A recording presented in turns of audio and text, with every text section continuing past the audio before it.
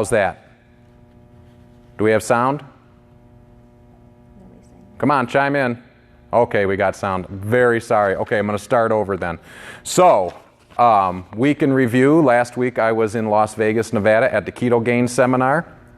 And what a great resource. What a great presentation. Lots of people there presenting all kinds of aspects of ketogenic diets. As a matter of fact, this one was a little more focused on athletes and training.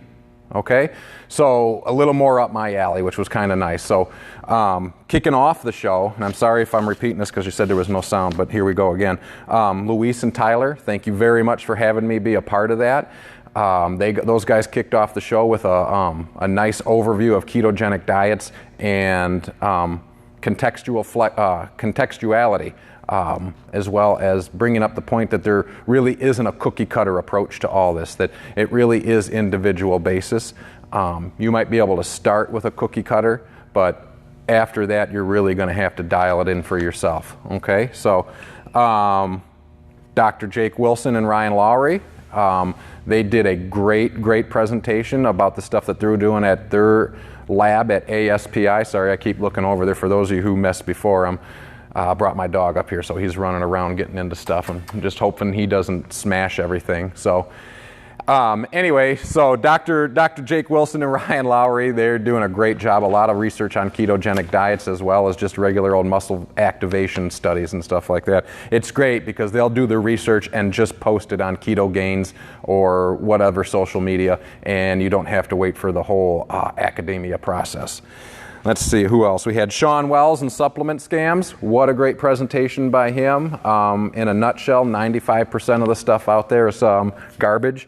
So if you're ever wondering why something can come to the table dirt cheap while another manufacturer's is really expensive, odds are you're getting what you pay for. So look a little closer into that. Maybe Google Sean Wells, look at his research and his webpage.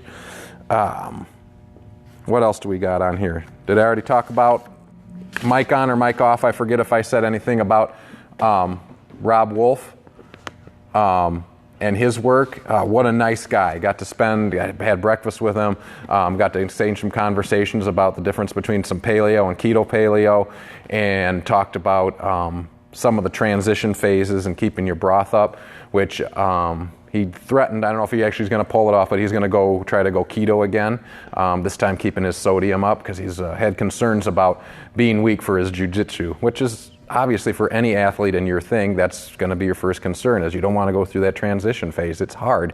I have found time and time again that most people who really suffer with that aren't keeping their sodium up, and that can be as simple as a cup of broth a half hour before training.